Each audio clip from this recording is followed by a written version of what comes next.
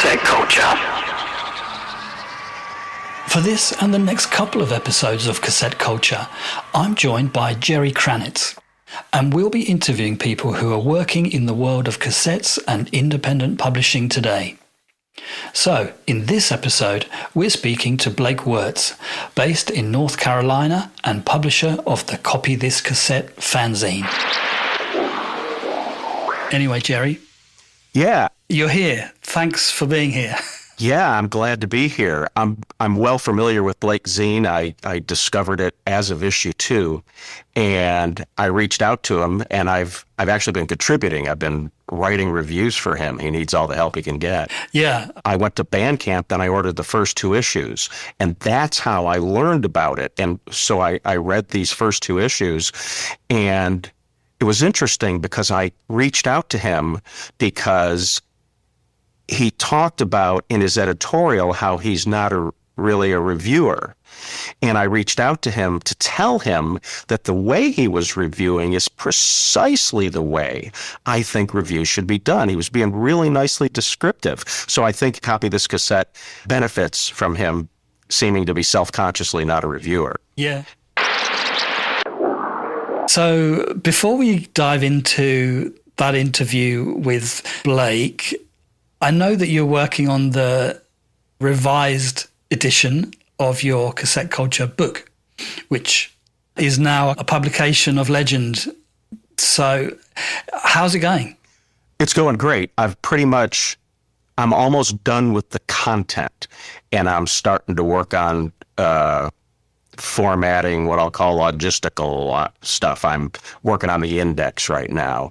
So I feel pretty strongly that I'm on target to have it available by the end of this year. I'm waiting for 2 additional interview responses to come back, but the content's pretty well done. I did want to ask you, most recently, I know you were putting out a call for examples of packaging to include in the new edition. Any interesting responses to that? Yeah, I got a few things. I think I have enough now, but one of the best ones I got was in the first edition of the book. There was just a snippet of a review of a cassette from 1983 titled Gum by an American home taper named Peter Catham. And the review description talks about a listening device that has to be assembled. So I wanted more. So I tracked down Peter Catham, and he not only elaborated on what this device was about, but he still has one personal copy, and he sent me multiple really nice photographs of it. So that will be in the creative packaging photo gallery. That sounds really, really exciting. So if anyone's listening and they want to keep in touch with, when the book is published, where would they go to do that? Tell them to email me at jerry@jerrykranitzwriter.com, and I'll put them on a distro list. Good stuff. All right. Well, shall we? We'll have a chat to Blake, shall we? Yes. Let's do it.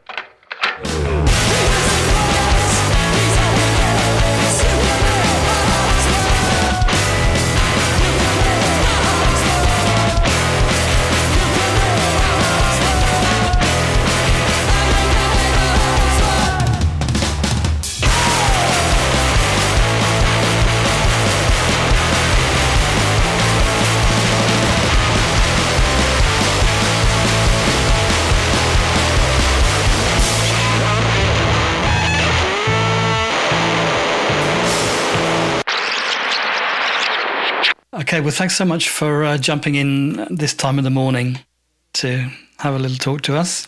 We're early risers here, so 7 o'clock start is not a problem at all. Oh, okay, good. I think Jerry's smiling there because he knows he is the earliest of early risers out of everyone. Yeah. I've showered, I've had breakfast, I've drank coffee. I'm good. I'll probably have lunch after this. So. All right, so Blake, you're now at issue 3 of Copy This Cassette, with that latest issue being published in April That's correct. I didn't get my copy until about May, but that's okay. What kind of response have you received from the fanzine in general? The response has been very good when I can get it in front of people that are looking for it.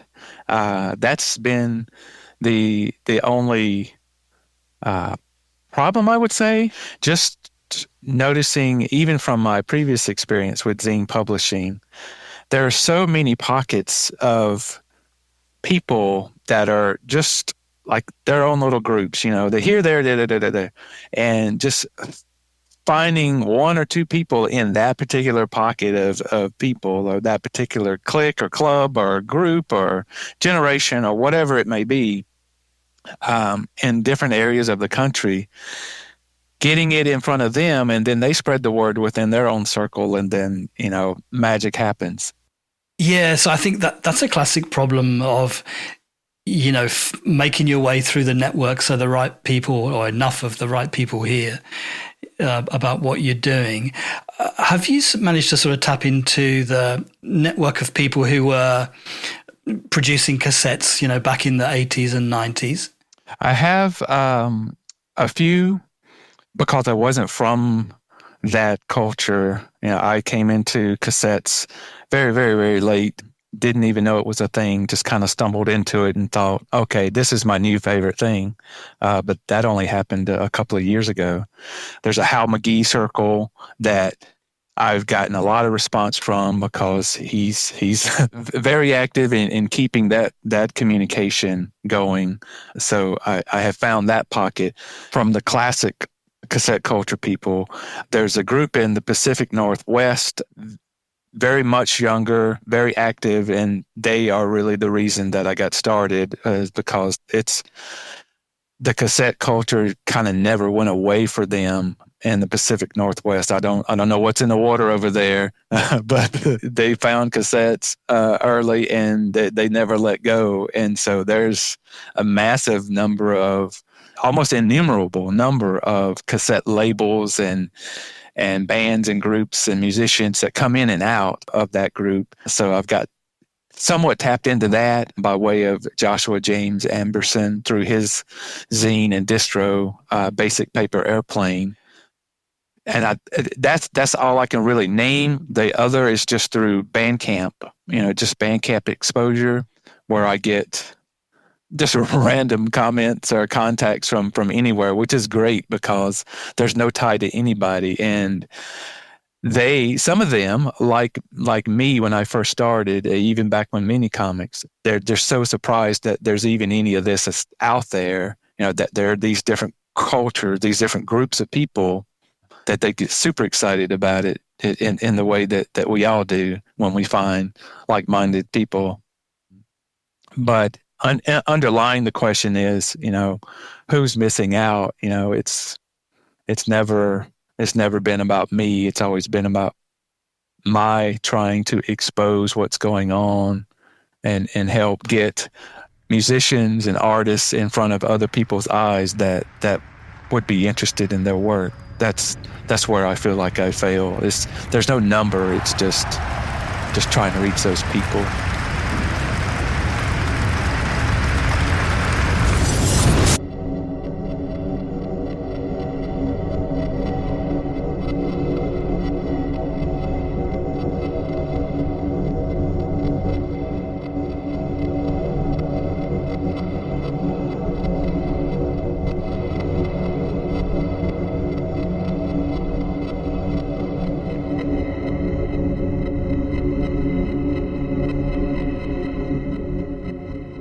You started answering a general question I had, and I'm going to get you to flesh it out.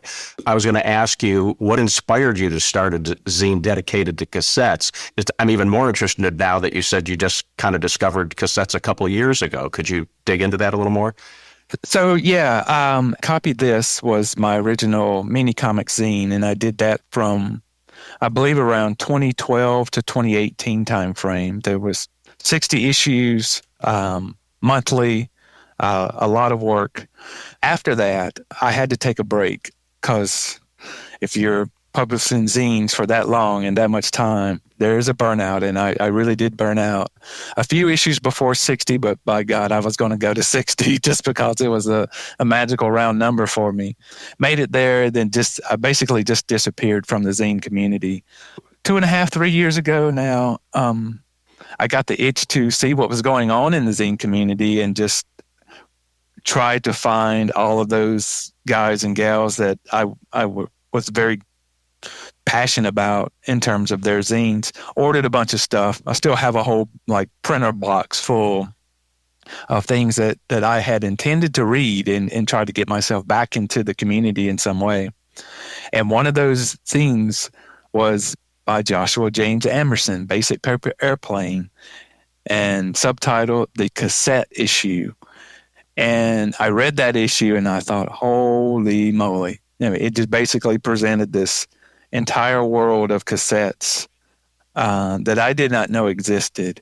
And I got so excited about that. I started looking for books, looking for anything, any other zines about cassettes. And that just carried me to the rabbit hole that got me to where I am right now. And of course, one of the books is Jerry's now very hard to get book in actual hard copy. That's what got me here. Could you give us a sort of beginner's guide to the world of Mini-Comix? Well, there are many, many different worlds of Mini-Comix. The particular world that I immersed myself in, they called the New Wave era of Mini-Comix.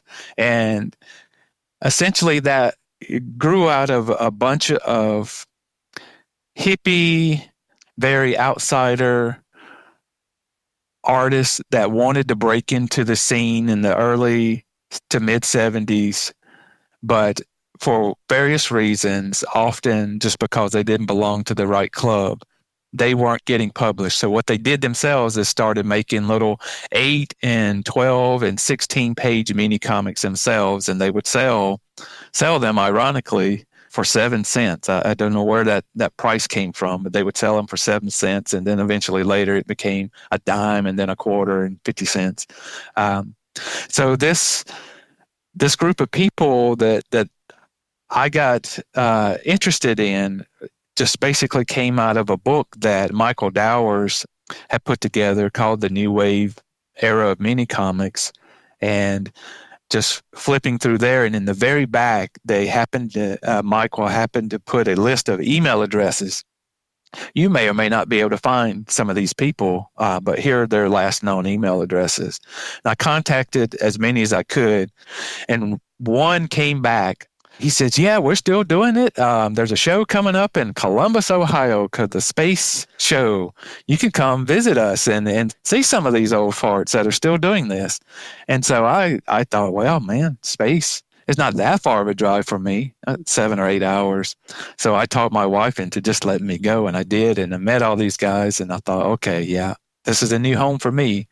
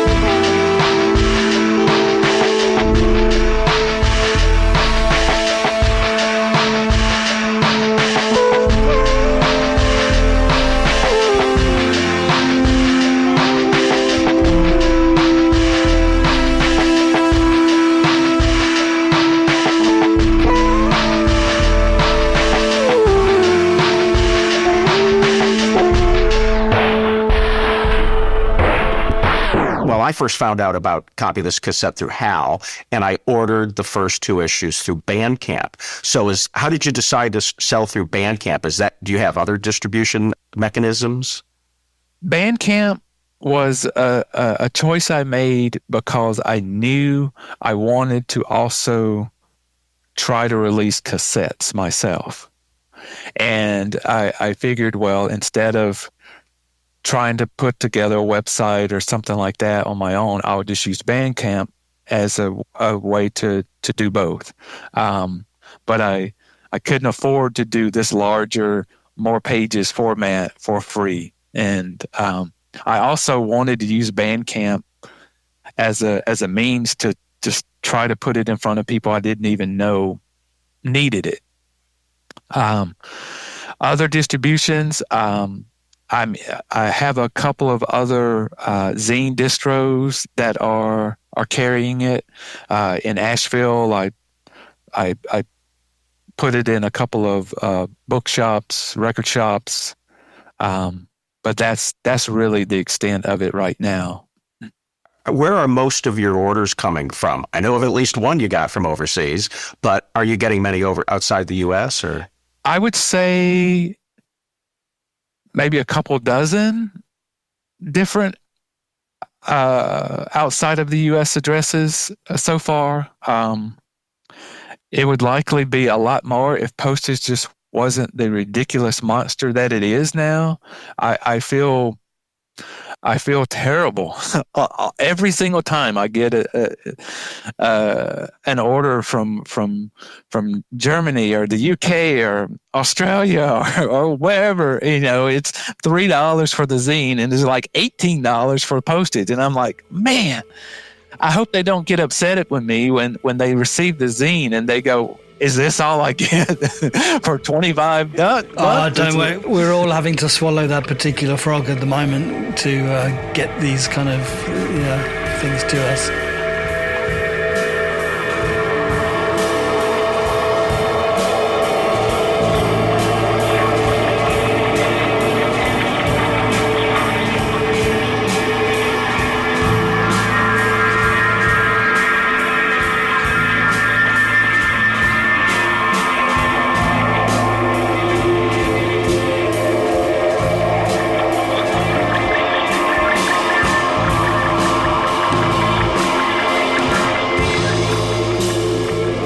A lot of what you're reviewing, you purchased yourself. And in fact, Martin, I've been writing reviews for Blake. I just got a big box from him.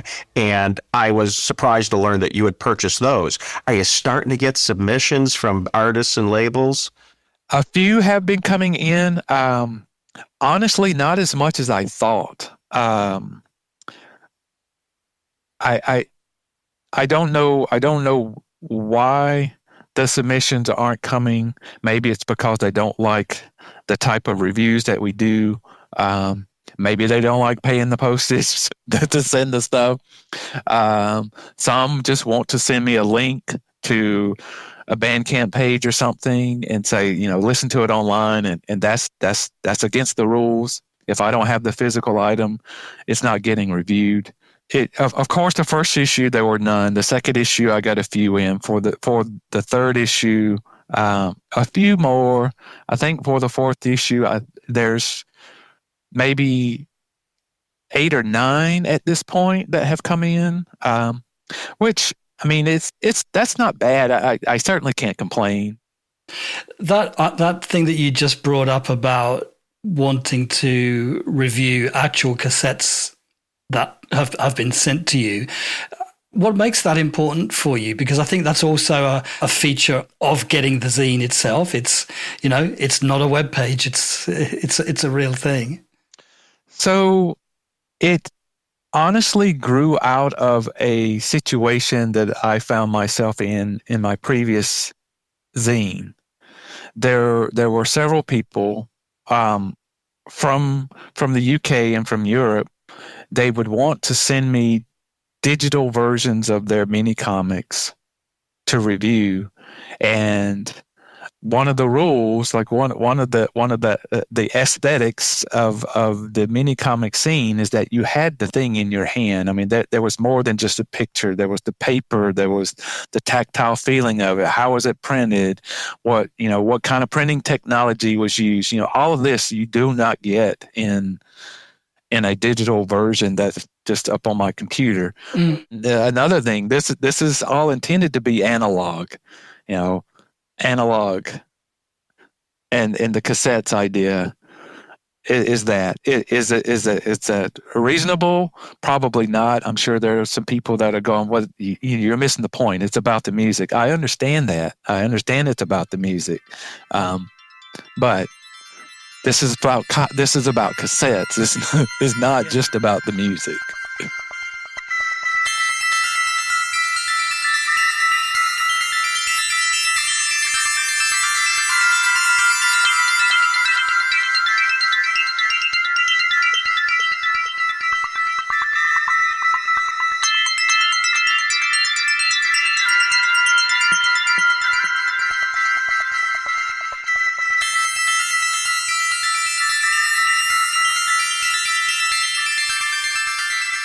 So you mentioned that Jerry's helping you out with a few reviews of some of the releases in your future. More than a few. Let me add. Okay. More than a few. Okay. It's been it's fun.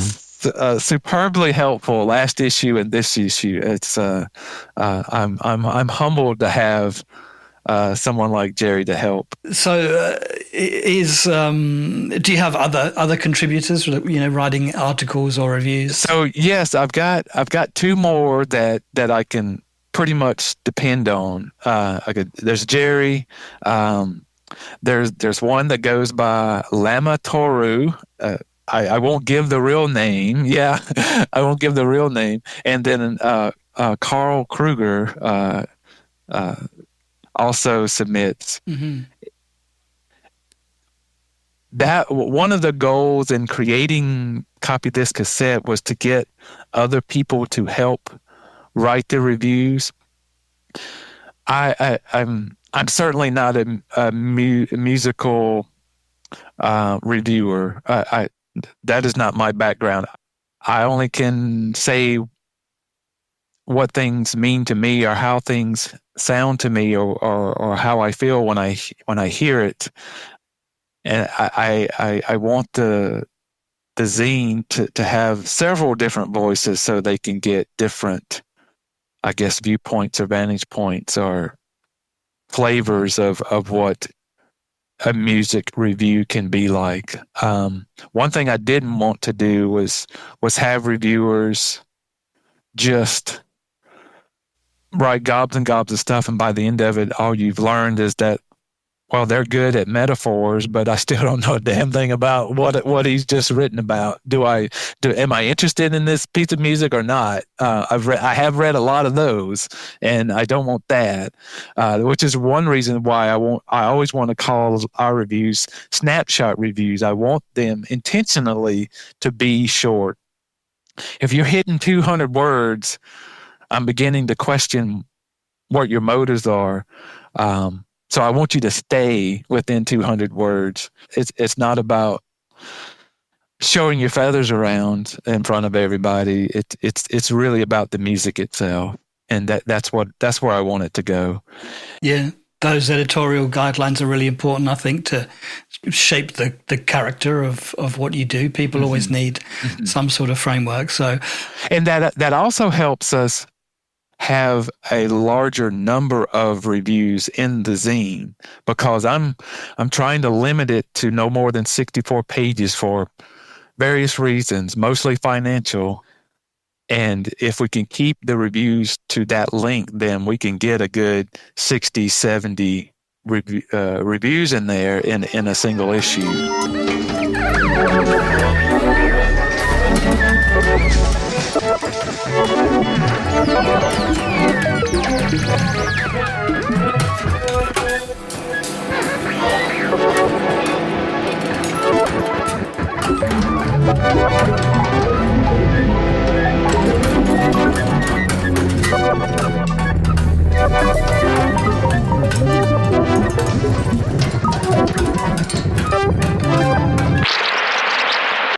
So, how's your next issue coming along?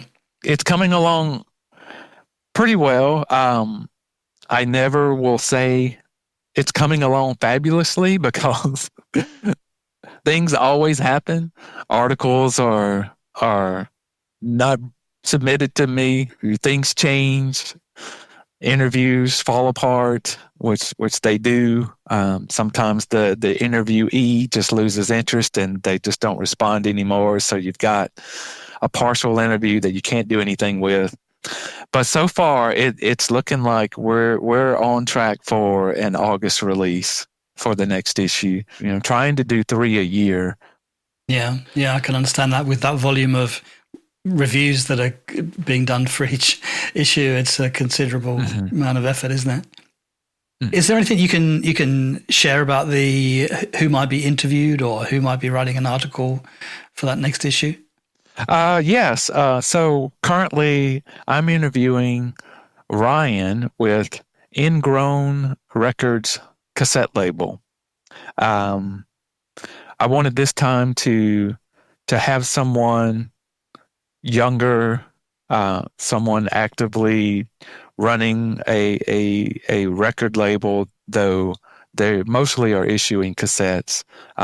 He happens to be a local to me, not that far away. He's in North Carolina. So that's going along pretty well. Last issue, we had an article about different playback equipment. This time we're going to go a little bit deeper. We're probably going to lose some people, but this time we're going to go around with an article about the actual tape medium itself. What's available today versus what we had access to back when cassette was king, and how you might decide what to use for various things. So that's coming along well too.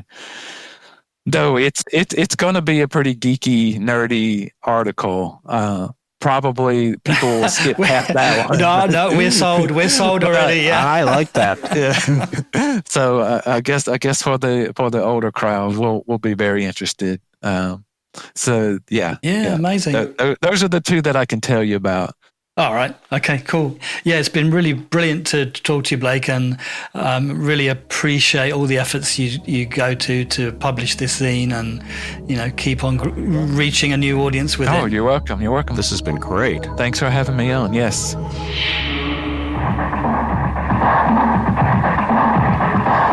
In this episode of Cassette Culture, you heard me, Martin Franklin, and Jerry Kranitz talking with Blake Werts, publisher of the Copy This Cassette fanzine. You can find Copy This on Bandcamp at copythis.bandcamp.com and catch our unboxing video of issue 3 on the Cassette Culture Podcast YouTube channel.